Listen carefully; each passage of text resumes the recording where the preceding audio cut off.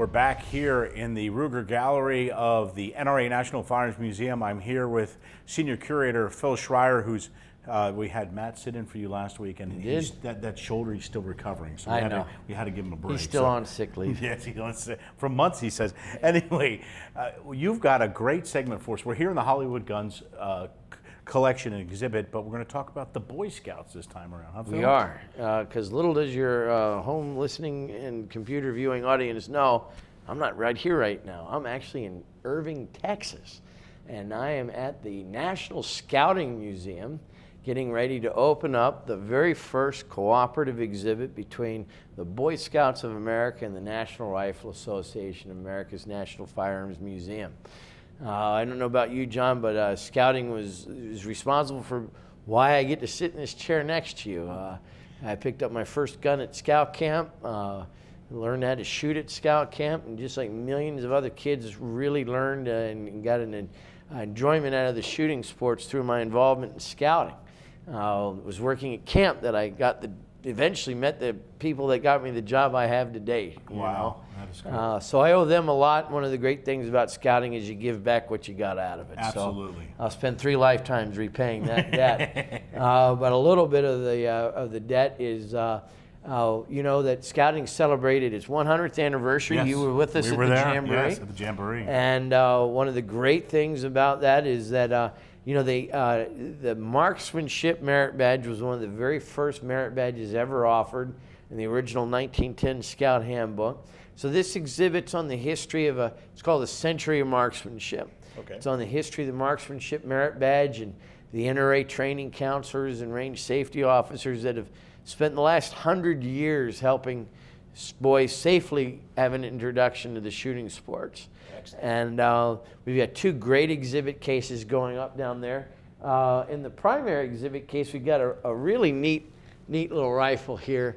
It looks menacing, doesn't it? A little bayonet action. You know, you have to heat that up for it to cut butter. I mean, it takes that much. I mean, that is a dull pot metal bayonet. But this is the official Boy Scout rifle of 1914. It's a Remington rolling block. It's called the Model 4S. There weren't many of them made. In fact, the value on this is worth more than what I owe left on the car right now. But it's a great little 22 short. It says the American Boy Scout. Wow. Now, a lot of people misinterpret that as a Boy Scouts of America deal.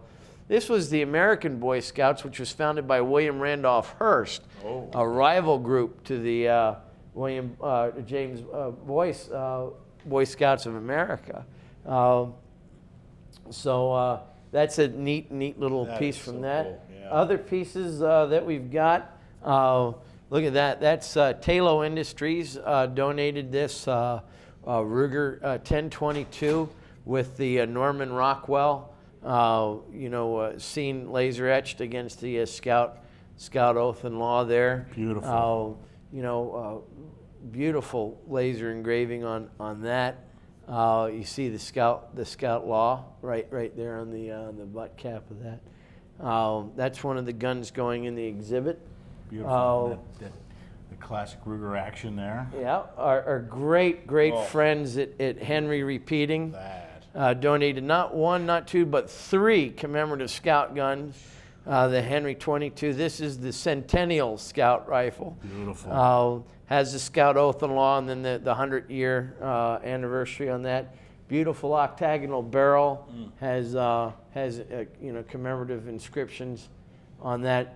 Our great friend Anthony Imperato at Henry Repeating really helped us out with that. And again, one of America's oldest firearms manufacturers, first in the field, Remington since 1816. You know, John, when you were at the Jamboree, we got to go by Camp Thunder, and we saw the very first time in a Scout Jamboree that Scouts were shooting shotguns in a sporting clays event. Yes. We had a 5-stand sporting clay. This is one of the actual Remingtons that was used on the trap and skeet fields that they had at the Jamboree, a 20 gauge. At Camp Thunder, they were using 12 gauges, Berettas. But Remington gave us one with a great anniversary seal there and the Jamboree logo. Wow. All these will be on display at the National Scouting Museum in Irvine, Texas. It opens tomorrow, Friday the 19th of August. Okay.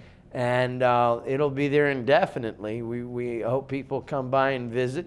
We're looking forward to another century of participation with the Boy Scouts of America. And it shows you, Phil, just how this great relationship, yours personally and then in general between the NRA and Scouts, and how all these major manufacturers step forward just to show the importance of the shooting sports and proper training with firearms and the importance of the Boy Scouts are. And it's great to have the NRA and have you involved with that. That's great. Well, thanks. You know, they call it the Character Factory. You know, Woody Phillips, the treasurer of the association, Eagle Scout. Mark Keefe, the senior editor of American Rifleman magazine, Eagle Scout. And the list goes on. And it's great. You talked about giving back. I've seen you guys to a man, not just going to the Centennial Jamboree, you're going down here now, but just weekly, Mark goes out, you go out, and you go to you do training in different places, and you just, it's so great to see that and to see that mentoring and see it all passed on. And thank you for sharing. And once again, give us a little information here on the National Firearms Museum and a little more information on the Scout Museum as well. Well, the National Scout Museum is at Boy Scouts of America headquarters at 1329 Walnut Hill Lane in Irvine, Texas. Right. And you can go there 7 days a week. They do charge admission. Right. The National Firearms Museum, however, is located outside of Washington, D.C.'s Capitol Beltway along Interstate Route 66 at the intersection of Route 50. Come on in, visit us 7 days a week, 9:30 to 5. And if you can't make it into the, see us off the interstate, visit us on the internet at www.nramuseum.org. And we're happy to have you visit us 24/7 on the internet, actually. They keep that open all the time, I understand. That's what I hear. Yeah. And the air conditioning is great on the internet. Oh, plenty of free parking, both on the internet and at the site in Fairfax. And admission, as always, since 1935, has been absolutely free. Phil Schreier, thank you so much for another great installment of the Curator's Corner. Thank you, John.